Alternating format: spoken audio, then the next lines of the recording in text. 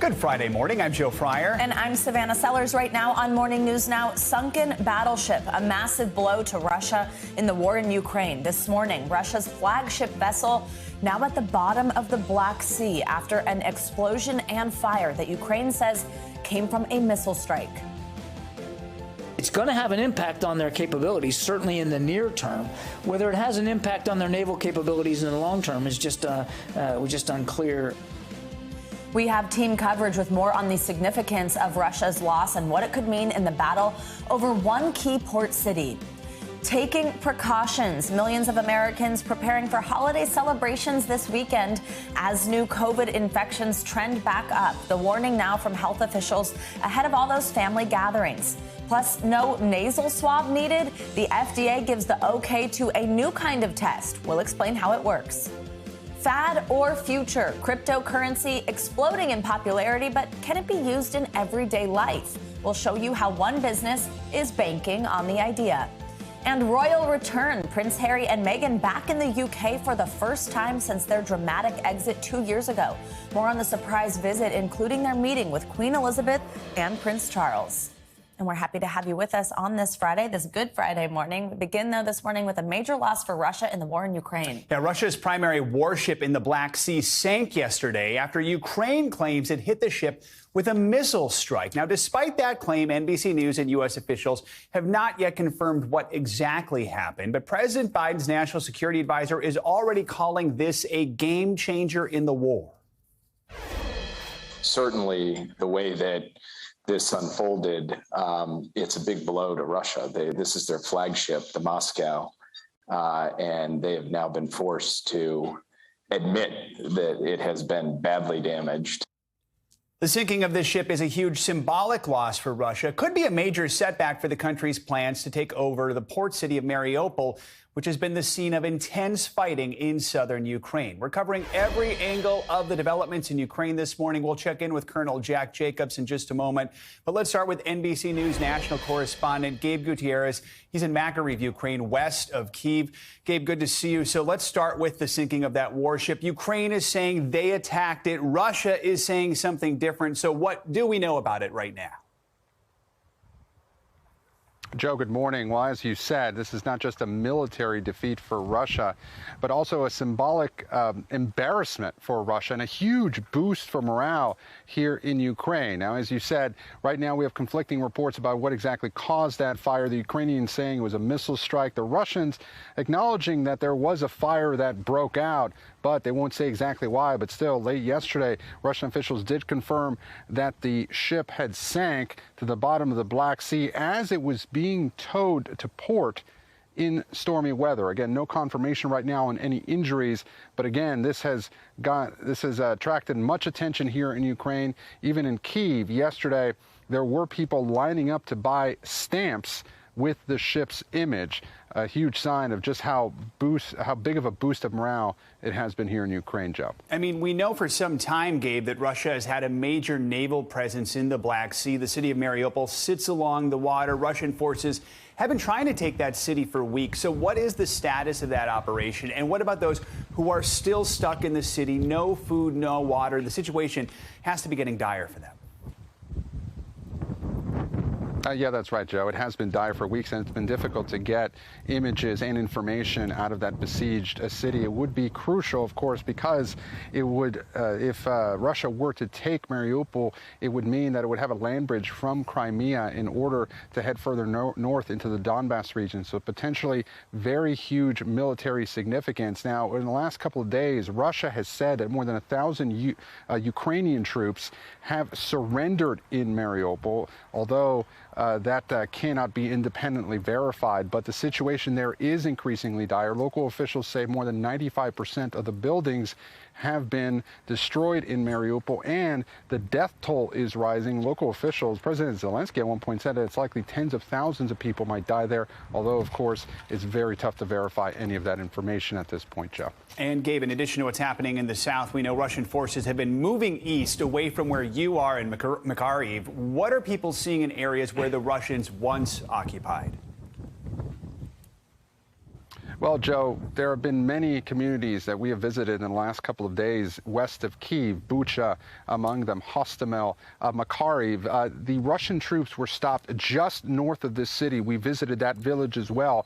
But as you can see, this city has been incredibly ravaged by the Russian onslaught here. This is bombing that destroyed a kindergarten, and this is one of several schools that we have visited. The local superintendent in Makariv says that 2/3 of all the schools in this city have been destroyed, and this could not have been confused for a military target, Joe. If you just look, this is a playground right here. You see all this destruction, and more than 130 bodies have been found in Makariv since the Russians left. They're trying to get some power, some water, some food back into this area. But as you can see, it will take a very long time. This recovery effort is underway, even as that fighting now continues to the east and south. And you make such a key point there. It's not just one school, it's 2/3 of the schools. All right, Gabe, thank you so much for your reporting. Appreciate it.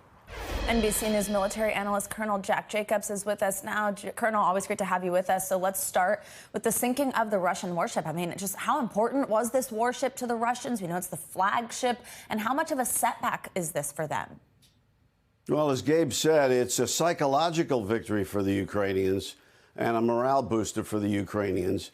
It's not going to have that big an effect on the Black Sea Fleet, even though this was A, the flagship, and B, a heavy guided missile cruiser, and very, very important to the fleet.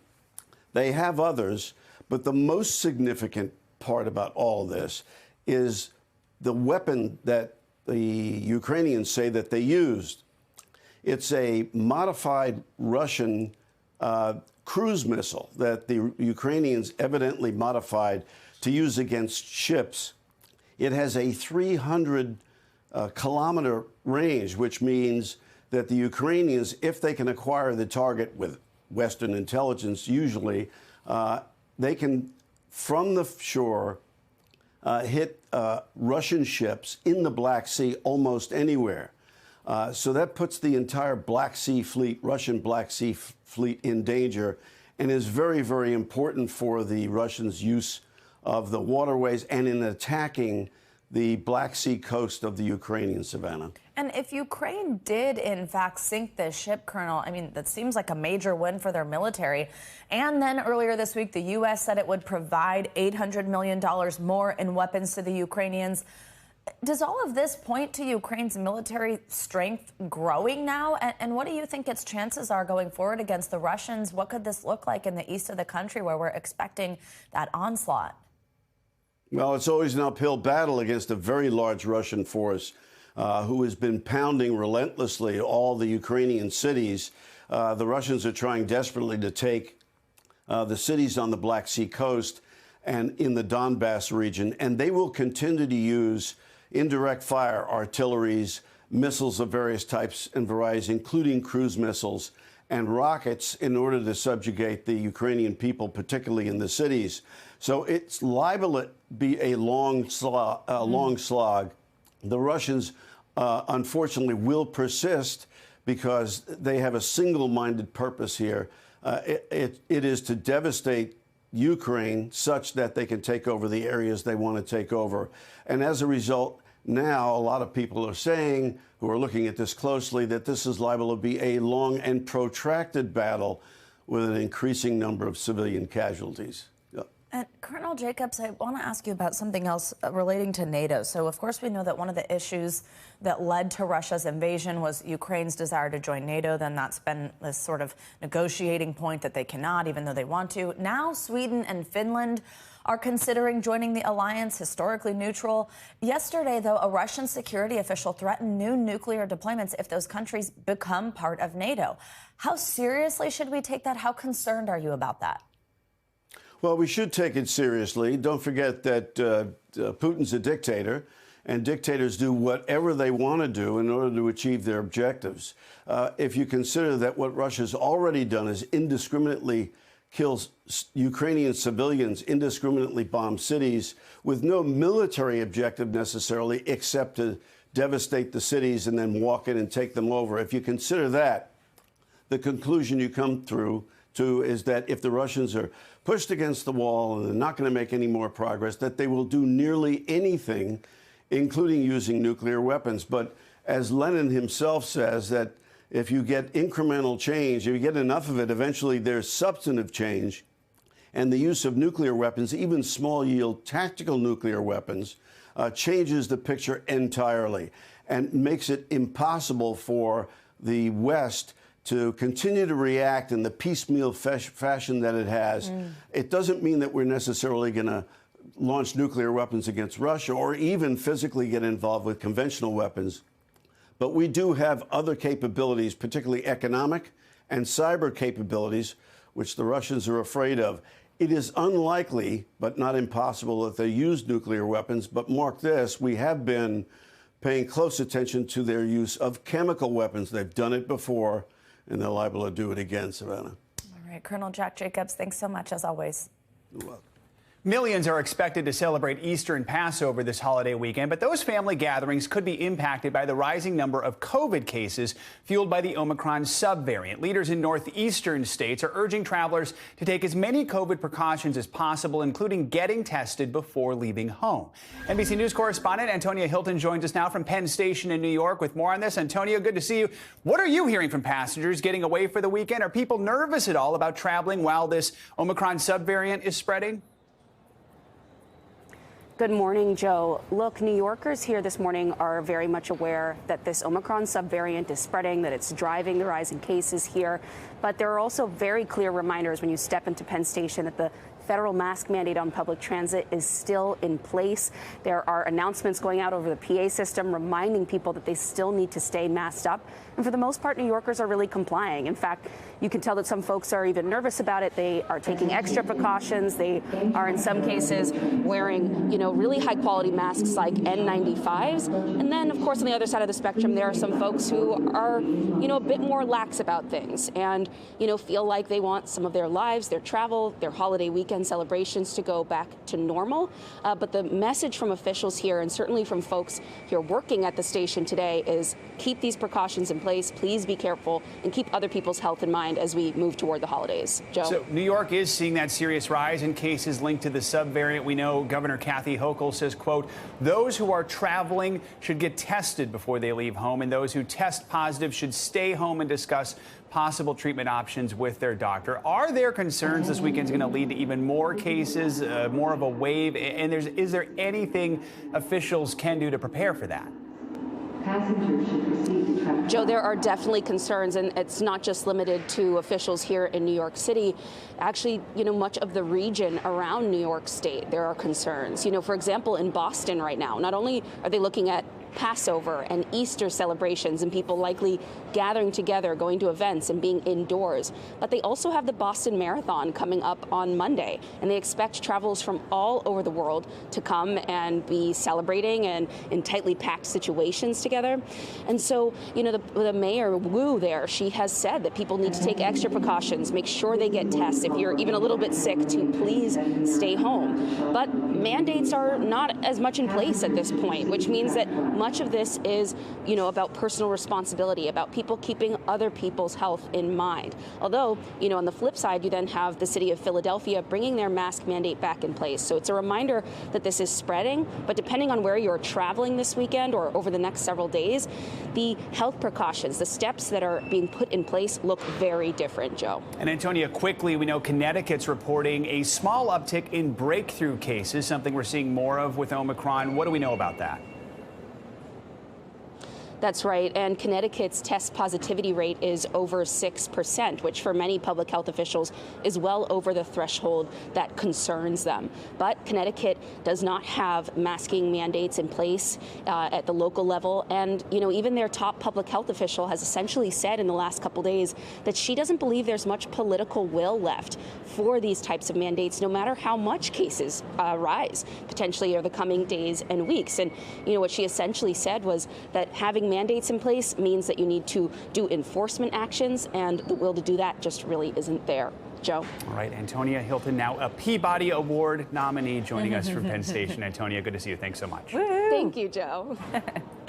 Let's bring in Dr. Anand Swaminathan for more on this. He's an assistant professor of emergency medicine at St. Joseph's Hospital, and of course, probably someone you recognize as a friend of the show. Doctor, good morning. Thanks for being with us. So this holiday weekend is upon us, which means travel and get-togethers. Are you worried about seeing a surge directly tied to this weekend? Absolutely. We've seen this throughout the pandemic, that every time there is a holiday where people gather, we see some surges, and there's a real potential here with people traveling all over the place, bringing this to others. There, of course, are things that we can do to prevent that from happening.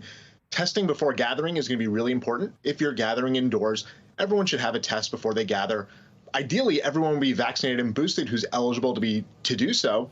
That would also help to reduce spread.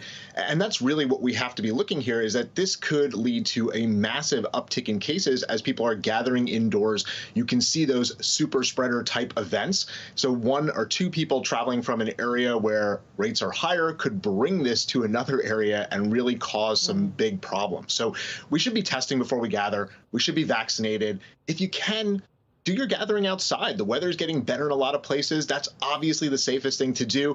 Mask in public is really critical, and you want high quality masks. So there's still time. Go and get that N95 or the KN94 so you really can protect yourself and protect everybody else around you.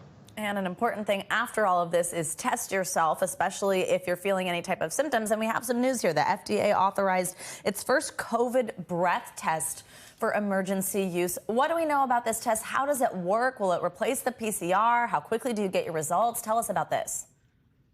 Well, it's going to take time to ramp up. It's good to see that we have some new modalities coming out that can really help to protect people, to get rapid tests, rapid results. I think about 3 minutes is the turnaround here. We need to see some larger data sets, really seeing how accurate these are in comparison to other tests. But right now, they do look pretty good. I don't think we'll see them in most places for a little while. It's going to take some time to really ramp up that part of the testing. And I don't think that's going to really replace those rapid at-home tests, which, of course, is a reminder to people. Now's the time to go and get those rapid at-home tests and have them in your home because they're readily available right now. If you haven't gone to the federal government to get your free test, get your free test. Hopefully the government will be sending more free tests soon. I tried to go on yesterday. It said that I've already gotten all the tests I'm eligible for in my address. But if you haven't gotten those, mail for those. Otherwise, go pick them up somewhere. And for a lot of people, depending on their insurance, these might be paid for. So that's something to ask about as well. And finally, doctor, I want to ask you about kids, because Pfizer's looking to have its booster shot approved for kids 5 to 11 years old. The company says that the shot significantly increased the level of antibodies against both the original strain of COVID and the Omicron variant. But I mean, we know that vaccination rates in that group, they've just been slowly ticking up. They were quite low for a while. Do you think parents are ready to boost your kids? What's your message to them? Do you think it's important that they do? We need to see, again, more data. The small data set that we have here tells us that this booster provided a massive increase in antibody levels against Omicron, which is important because with that first 2 doses in the series for that 5 to 11 group, what we saw was reduced severe cases, but really a minimal impact on any cases. And this booster could really offer better protection against any cases. So that could be really important for, first of all, keeping kids healthy, keeping them away from long COVID, but then also stopping spread within schools, within families. So this is a really important intervention if it really pans out. We need to see that approval. I hope that people understand at this point, get vaccinated. And if you're eligible for a booster, get boosted. If your kids are eligible for a booster or vaccination, get them vaccinated and boosted. As soon as this is approved, as soon as it's gone through the proper channels, I will definitely be bringing my 2 5 to 11-year-olds for their booster. Spoken like a doctor and a dad. Anand Swaminathan, thank you so much for joining us. All right, COVID's not the only thing on people's minds, so is the weather this holiday weekend. So let's get a check on your morning news now weather. Especially as people are moving around. Hey, Michelle Grossman, good morning. Good morning to you both. Happy Friday. And some of us will be seeing some snow for our Easter egg hunts because we have some snow in the forecast in the northern plains, also the Midwest. Today we are looking at the chance for severe weather in Oklahoma and Arkansas. So here's the setup. We have a cold front that's going to be sweeping through the Midwest. It's going to bring a few strong storms to Oklahoma and Arkansas, but also keep the South unsettled today, tomorrow, and also Sunday. Then by tomorrow, we're going to see the cold front kind of hang up in New England, bring rain and wet snow, and also scattered storms from much of the Southeast, from Texas all the way to Florida. And on Sunday, too, we're going to see some rain. So this is the severe threat for tonight into this evening as well. Damaging hail up to 2 inches, so large hail, that's the biggest threat from Tulsa to Fort Smith and just outside Little Rock. Also looking at the chance for damaging wind gusts up to 60 miles per hour, and we can't rule out the chance of a tornado. Then as we head towards tomorrow, notice how this area kind of stretches from Texas all the way down to the southeast. And again, we could see winds gusting to 60 miles per hour. Smaller hail, but still the chance for some hail and a brief tornado is possible as well. Now, we're worried about the rainfall as well because this cold front is going to get sort of parked over one area, and that's going to bring the chance for some training storms, and that could bring the chance for some heavy rainfall. So anywhere from 1 to 2, even up to 3 inches of rain in some spots, especially near Memphis, Little Rock, Birmingham, and also Atlanta. Now, one thing for today, we're looking at mild air in the Northeast. It was so hot yesterday with temperatures in the 80s in New York City. Today, we're into the 70s, so a nice day. D.C., 71 degrees. That's 3 degrees above normal for this time of year. 68 in Boston. But notice this cold front kind of slides down to the east, and that's the same cold front that's going to bring the showers tomorrow to parts of the Northeast, but it's going to bring some cooler air too. So cold air in the Midwest tomorrow, 35 degrees in Duluth. That's 14 degrees below typical for this time of year, and 39 in Green Bay. But this cold front ushers in cool air for the Northeast even by Sunday, Monday, Tuesday. So your Easter plans are going to be a little chilly in Philadelphia, 57 degrees, just 53 in Boston, 40s though in Chicago and also Detroit. So for today's forecast, looking good in the Northeast. Enjoy it, get out, maybe some happy hour, 69 degrees in New York City, and it's a hot one in Texas. Temperatures in the 80s and 90s. Back to you guys. All right, Michelle says we can have happy hour today. Yeah. I'll join you. I'll be there. All right, sounds good. Thanks, Michelle. All right, coming up, final moments. When we come back, the latest on the investigation into what happened before a police officer shot and killed a black man during a traffic stop in Michigan. And devastation in South Africa brought on by what's being called the country's worst storm in history. You're watching Morning News Now.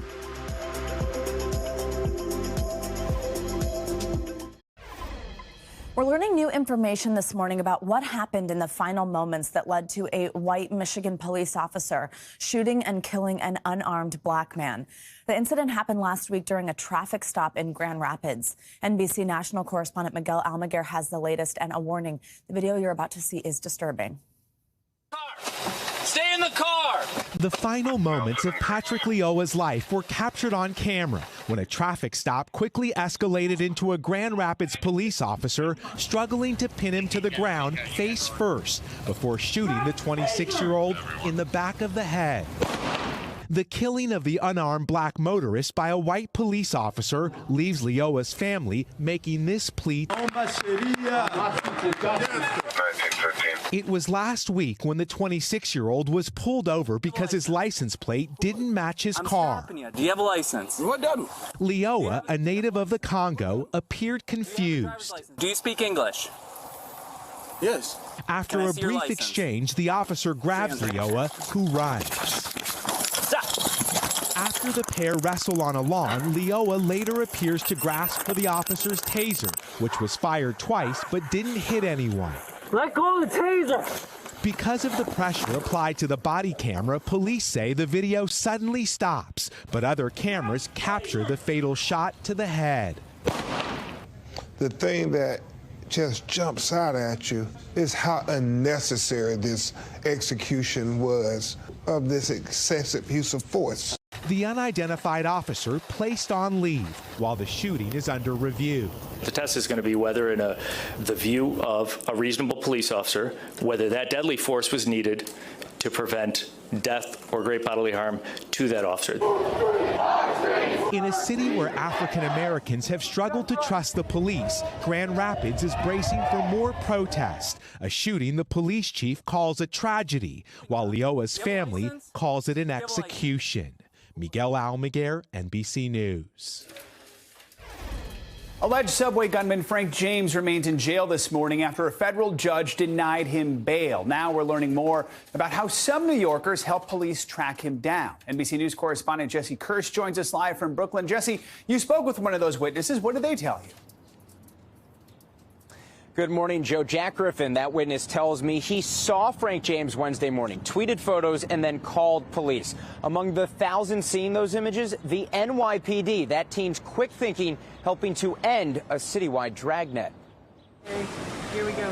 Why'd you shoot all those people, Frank? Just one day after his arrest ended a nearly 30-hour manhunt across New York City, the alleged subway gunman making his first court appearance. Frank James was denied bail Thursday. His lawyers didn't object. The 62-year-old suspect sat in prison clothes as a federal judge told James he's accused of committing a terrorist act or other violence against a mass transportation system.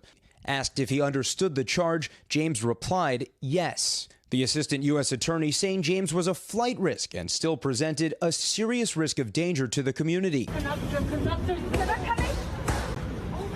Prosecutors calling the rampage premeditated and carefully planned. The suspect's attorneys asking the public to be open-minded about a man accused of shooting 10 people. Mr. James saw his photograph on the news. He called Crime Stoppers to help. But a senior law enforcement official tells NBC police were already closing in after NYPD spotted this tweet around 10:30 a.m. Wednesday. You're walking around the East Village. What made you say that's Frank James?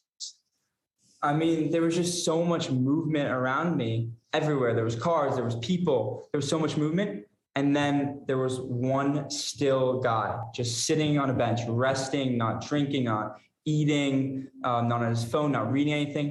In a Today broadcast exclusive, Jack Griffin telling me he snapped those Twitter photos Wednesday morning on a photo class field trip. So you were close enough for him to hear that? Yes, I was. The 17-year-old says that shutter noise alerted James, who began walking away as Griffin pretended to photograph his friends so he could capture one more image before posting and contacting police. I'm super, super proud of that, but it wasn't just my tip. There were so many tips going on. I'm just happy that, again, that he's off the streets.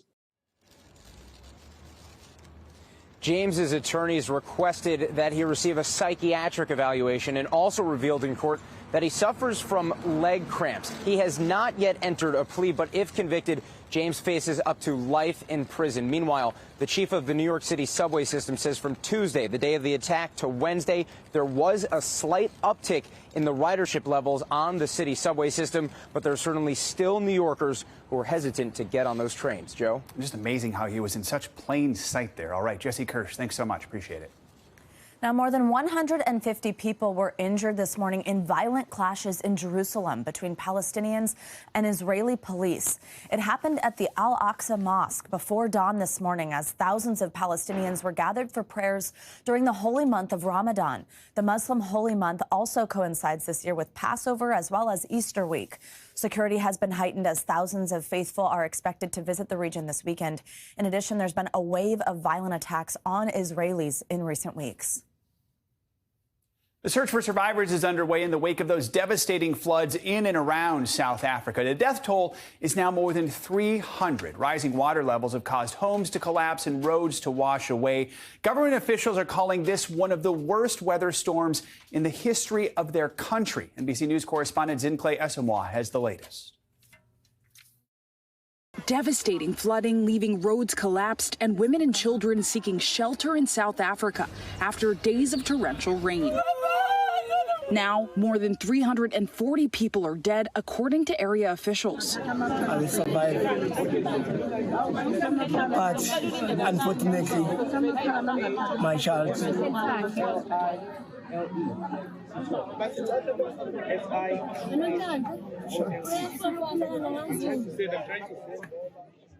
This father's story, sadly, no anomaly. Flooding hit the area of Durban along the eastern coast of the country in the KwaZulu-Natal province, triggering landslides and burying homes. We don't have a food, clothes, even my ID was damaged. And a major port in Durban, once bustling, now flooded, clogged with shipping containers and cargo overturned and swept away. The country's president, Cyril Ramaphosa, says Durban will soon be declared a disaster area, as local residents say they're fending for themselves. As you can see, how we suffering. Yeah, to get water. Here, long lines of young children waiting to fill their jugs with clean water in short supply. President Ramaphosa partly attributed the flooding to climate change, but some in the country disagree, blaming a lack of infrastructure. I think maybe they could have done something to tell us what's going to happen. The affected area of Durban, home to townships, underdeveloped urban areas that were racially segregated during the apartheid, and home to informal settlements, areas of housing not regulated by the state, now destroyed by flooding. We're starting building again. That was Zincle Esomoa reporting. South Africa's government estimates more than 40,000 people have been affected by these floods, with many of them unable to rebuild yet. Coming up on Morning News Now, she's changing the game. Yeah, when we come back, we're going to talk to Kelsey Whitmore, who's breaking barriers on the baseball field.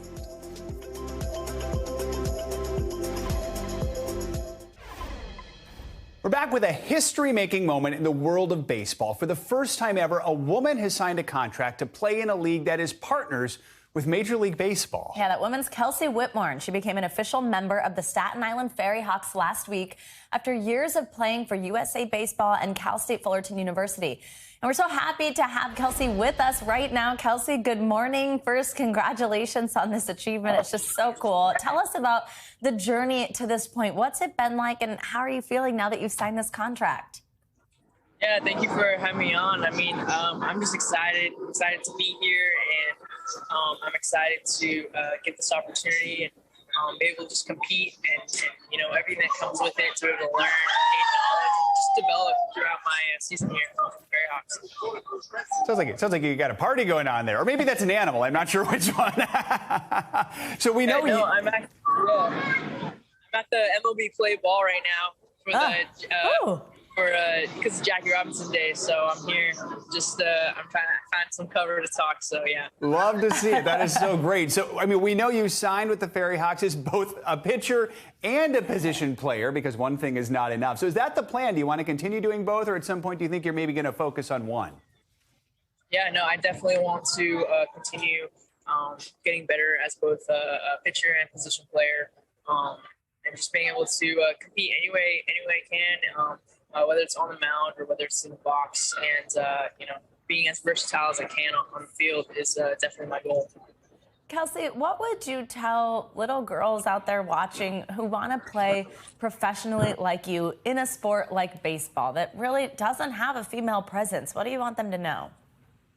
I feel like for younger girls who want to continue playing the game, I think biggest thing is, you know, if it's something that you want bad enough, you'll do everything you can to make it happen, and to just continue pursuing through it. You put in the work, you'll, you know, have those late nights behind it, and ask questions, and you just surround yourself with good people that support you, and you know, no matter how hard it gets, just continue to work hard and give everything you got. Great advice. So, Kelly, what is your ultimate goal in the path you're on? Is the goal to make it to the majors? I mean, if there's a guy, any guy on the team, any guy that's on my team, you ask him what his goal is, mine's the same goal. Continue playing this game and definitely try to get to the highest level as possible. And so, yeah, that's definitely a goal of mine for sure, ever since I was a little girl. Wow, I love that answer. Ask any guy on the team, it's the same goal. Kelsey Whitmore, thank you so much. Congratulations.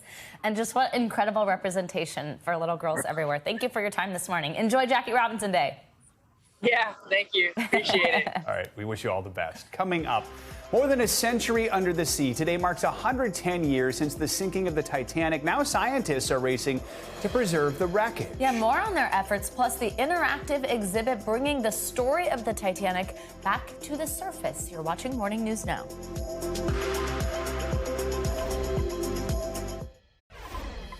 Welcome back. 110 years ago today, the most famous ship in history sank in the Atlantic Ocean after hitting an iceberg. Since then, the story of the Titanic has continued to captivate our interest. And now scientists are warning the race is on to preserve as much of the wreckage site as possible. In a moment, we're going to talk to an expert who's using submarines to capture high-resolution digital scans of the ship. But first, we're going to take a trip to the Titanic Experience in Northern Ireland, an interactive exhibition built on the same spot where the Titanic launched on its fateful journey. The two towering yellow cranes that dominate the Belfast skyline are powerful reminders of the city's maritime legacy. In the early 1900s, the Harland and Wolff shipyard was the largest in the world, and its 30,000 employees were hard at work on the Titanic, the biggest ship ever made. They employed grandfathers, fathers, sons, and grandchildren. And many of the families in Northern Ireland still have links back to Harland and Wolff. If I give you my own personal situation, my grandfathers, both of them worked in Harland and Wolff. My father was the general manager of the electrical division in Harland and Wolff. And when I came down here to help open Titanic Belfast over 10 years ago, I was walking in the footsteps that he walked. I actually was in his office. It's a sense of pride that continues today with the Titanic experience. The exhibition is built to the same height as Titanic's hull, resting on the footprint of where it was launched. A way to make the iconic ship and the stories of those who built it and sailed on it come alive. Titanic Belfast does is really tries to get you to relate and to engage with the story of Titanic and the many different layers that that story presents.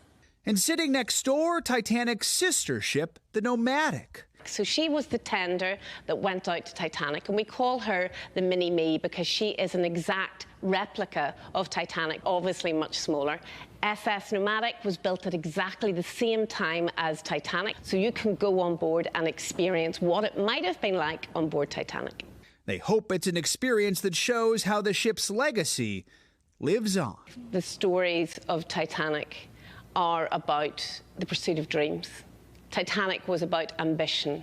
It was about innovation, ingenuity. But it was also about people, and it's the human stories that really matter, and it's the human stories that every one of us can connect to.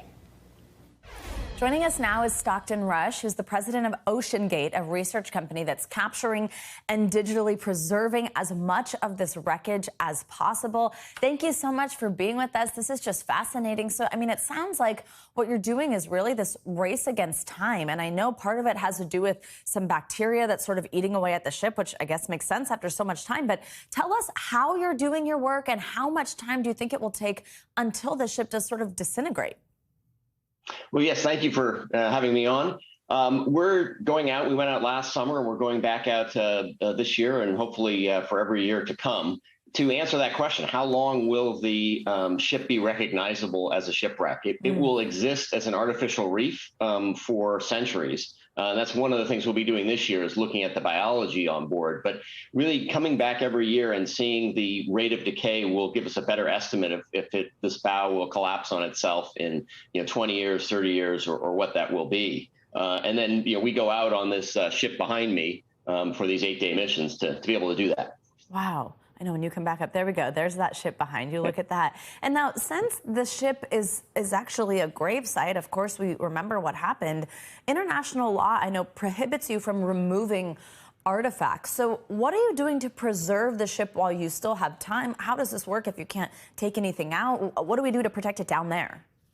Yes, so now 5,500 artifacts were removed by other entities back in the 90s and early 2000s. We're about documenting with our 4K cameras last year. We'll be bringing 8K cameras this year. We have laser scanners, sonar systems. And so we're trying to do as much documentation as possible. We'll also be sampling environmental DNA. So we'll be taking water samples this year to see what whether the changes, what types of animals are living on the wreck. So we're going to do everything short of touching the wreck or taking anything away from it, because as you said, it is a grave site, and we're quite aware of that and respectful. Absolutely. What's one of the most incredible things you've seen in doing this work? I mean, this is something that just fascinates all of us. Even in the movie Titanic, at the end, they're showing this footage of these cameras going down there, and I think people think of that. What's it been like for you to get to see this? Well, there were a couple of things that I found just incredible. Last summer was the first time I had been down, and the most amazing thing that I didn't expect was how beautiful a wreck it is. Typically I've dove on many shipwrecks, and they tend to be gray. The colors tend to come from the biology. And then somewhat that's the case with the Titanic, but it's these rusticles that create these oranges and reds as they eat away at the metal. And then there's also greens and blues from the brass and copper that is down there. So the color palette is incredible. It's just it's hard to explain. And then the other thing that's amazing is all the life on the way down. You're going 2.5 miles underwater, and you see the weirdest creatures in the world go by the viewport on the way down. that now this is kind of their home, like you said, this artificial reef. I know also your program allows anybody to pay a fee and train to become crew members. What is that process like? Well, we have an interview process. So you sign up. We have to make sure that people are healthy enough and physically fit. You need to be able to climb a ladder, and it's not a huge physical requirement, but it's more important that people understand this is a real expedition. We have, all kinds of challenges, not just weather, but equipment. We had COVID last year, so there are a lot of hurdles that one has to overcome. And then once we've accepted the person into the program, they can pay to join. And then there's a lot of training that goes on. No one is just a tourist. You're actively involved. So you're maybe operating the sonar systems, the camera systems, helping us with the maintenance of the sub, reviewing the terabytes of video data that we get after every dive, and trying to identify things, working with the researchers. So it's a very, very active participation. Yeah, wow. I like how we have it on the bottom of the screen there. Citizen scientists. That's pretty neat. Stockton Rush, thank you so much for joining us. Just fascinating to hear about 110 years today. Pretty incredible. Such cool work you're doing. Thank you for your time. Well, thank you. Great to join you. And coming up on Morning News Now, cash, credit, or crypto? More businesses banking on the future of cryptocurrency. We'll show you some of the pros and cons. Plus, Prince Harry and Meghan Markle make a surprise visit to Windsor Castle, the latest on their royal return 2 years after moving to California. That's next.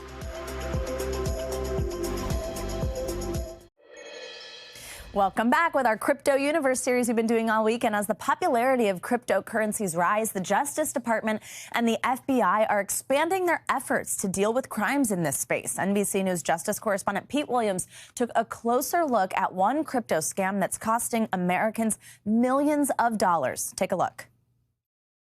Steve Belcher of Denver, recently divorced and single again, found someone on a dating app who seemed like a good match. After several weeks of messaging, she mentioned Bitcoin and a website he could use to invest in it. He didn't want to miss out on another hot prospect after failing to cash in on Apple and Google. I was like, wow, if I would have got in earlier on these technologies and this business, I would have done okay at this point in my life. So he started sending the website money and getting payouts as he watched the value of Bitcoin skyrocket.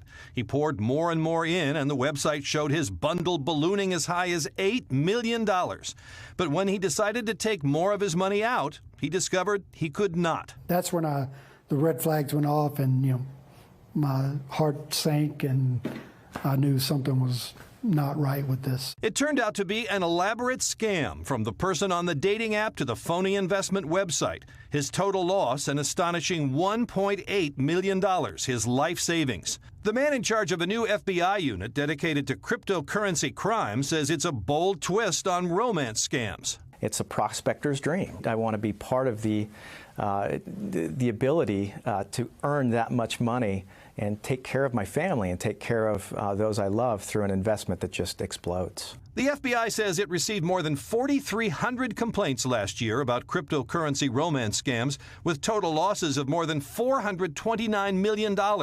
For the entire year, complaints of cryptocurrency fraud of all kinds reported losses of more than $1.6 billion. The Justice Department's new director of cryptocurrency enforcement said it's now the preferred method of payment for a range of scams, with the appeal of the next big thing that isn't well understood. There's a sort of a lack of familiarity with the technology and exactly how it's used, coupled with FOMO, a fear of missing out on some of these, what the American public perceives as good investment opportunities. They're sort of blinded by the novelty of it. Right, exactly. Back in Denver, Steve Belcher says he still can't believe what happened. All the people that are looking at me now and saying, what an idiot, right? So it's like I was on the same side, like I'd never fall for something like that. Now he hopes to find some way to get his money back. Pete Williams, NBC News, Washington. So right there, of course, you're hearing about the risks of investing in cryptocurrency. They're real because of these scams, but the reality is that's mainly what it's seen as right now, an investment, not really a currency, as the name might suggest. Now, there are a lot of factors that make small transactions like buying a coffee or paying for a haircut with something like Bitcoin really tough, but that's not stopping one small business owner, a plumber, from playing what he calls the long game. So this This was the old cash register that my grandfather used to use. George Plumbing Company was founded by Clay Saliba's grandfather in 1947. This is an old invoice. This is from 1954. Yeah. And you can see right here for $5.57, which included parts, labor, and tax. With an on-site museum showcasing their past, they honor their 3 generations of hard work. But this business is looking to the future. As you know, we take cash, credit card, check, and we even take Bitcoin. That's right, Bitcoin, an acceptable form of payment here for all your plumbing needs. Nearly 8 years ago, after becoming the general manager, Clay told his dad they should get in on the ground floor of cryptocurrency. What made you want to do that? To set us apart from other plumbing companies, we wanted to get Bitcoin on our balance sheet. So basically, you think it's good for business? I think it's good for business. What's one of the most common services that you provide? We fix a lot of toilets. What does that usually cost if somebody wants to pay in cash? A couple $100. What does it cost in Bitcoin? We would have to do a calculation to say, I want 0.0001 Bitcoin, which equals $200. That's because the value of 1 Bitcoin changes constantly, meaning the exchange rate with the dollar also changes. That complicated math, one of the reasons crypto customers at George Plumbing Company are few and far between. Only 2 patrons, 2 times each, over 8 years. Ishwar Prasad, author of The Future of Money, How the Digital Revolution is Transforming Currencies and Finances, isn't surprised consumers aren't using crypto to pay for those everyday needs. Bitcoin, the original cryptocurrency, and other decentralized cryptocurrencies like it have failed miserably in their ostensible purpose as mediums of exchange. This is because they have very unstable value, very slow processing times, have very high transaction fees, and at the moment are really a pain to use. Instead, such cryptocurrencies have become something they were never intended to be, which is pure speculative financial assets. Those slow processing times are one of the biggest roadblocks for small transactions. Think about it like this. When you Venmo your friend, you see that money in your app right away. With crypto transactions, there's a wait time that varies as the transaction is authenticated. It took nearly an hour for me to receive $5. It's not realistic for businesses to wait around to be paid for their services. Technology is improving, though, and Bill Zielke, the CMO of BitPay, basically a PayPal for crypto, believes that as it does, it will shift from an investment to a real currency. In some sectors, they're already starting to see it. We're seeing a lot of purchases in luxury goods. In fact, in the fourth quarter, BitPay saw 32% of its total volume. That was specifically in luxury goods. We're talking about real estate for homes, cars, high-end automobiles, watches, gold, jewelry were among some of the most popular items that were purchased this past year. Not exactly a leaky faucet or a clogged drain, but back at George Plumbing, they are in it for the long game. Plumbers are cool. Like, what are you supposed to say?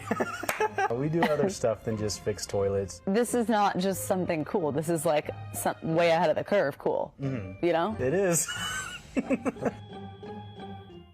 Now, while Clay admits that right now Bitcoin is a bit too volatile for most people, he believes it's more than a fad and that investment will pay off in the future, and he will continue to offer it as an option for paying for his services. For the first time since moving to California 2 years ago, Prince Harry and his wife Meghan Markle have returned to the UK together. The couple visited with Queen Elizabeth on Thursday while on their way to the Netherlands for the weekend. NBC's Ann Thompson joins us again this morning from outside Windsor Castle with the details. Hey, Ann, good morning. Good morning, Savannah. It was a really hush-hush stop. The couple came here yesterday and, as you said, visited with the Queen and Prince Charles. It was their first time back since they moved to the U.S. in 2020 and resigned as working royals. Harry and Meghan pull off an Easter surprise. This morning, a spokesperson for the Duke and Duchess of Sussex confirmed the couple went to Windsor Castle and met with Queen Elizabeth Thursday. They also saw Harry's father, Prince Charles. Turning 96 next week, the Queen has stepped back after a bout with COVID and mobility issues. Sitting out Easter services at Windsor, Prince Charles stepping in. It is the first time they visited the royal family as a couple in 2 years. Well, like all family feuds, they're complicated and they require compromise on all sides. So I'd suggest more discussion might be needed in order to restore the family relations back to what they once were. The hurt feelings made worse by their bombshell interview with Oprah Winfrey. Did you blindside the Queen? No. I've never blindsided my grandmother. I have too much respect for her. In that interview, they accused a member of the royal family of racism for questioning the color of their children's skin. There are several conversations. There's a conversation with you? With Harry. About how dark your baby is going to be? Potentially, and what that would mean or look like. That conversation I'm never going to share. But at the time it was awkward. I was a bit shocked. This is Harry's third visit back. He was here last April for his grandfather Prince Philip's funeral, and then in July unveiling a statue of his mother, Princess Diana, with his brother Prince William. But he did not return for last month's memorial service for his grandfather, fighting with the British government over what kind of police protection his family would have when they visited. Harry saying Britain was not safe for his family. The couple reportedly arrived Wednesday and stayed at their former home here, Frogmore Cottage. The Daily Mail says their cover was blown when they were spotted by a bus of churchgoers on the castle grounds to attend the Maundy Thursday service. Now, we are told that the couple did not bring their 2 children on this trip, 2-year-old Archie and 10-month-old Lilibet. She is named after the Queen. Savannah? All right, Anne, thank you so much. Thanks for watching our YouTube channel. Follow today's top stories and breaking news by downloading the NBC News app.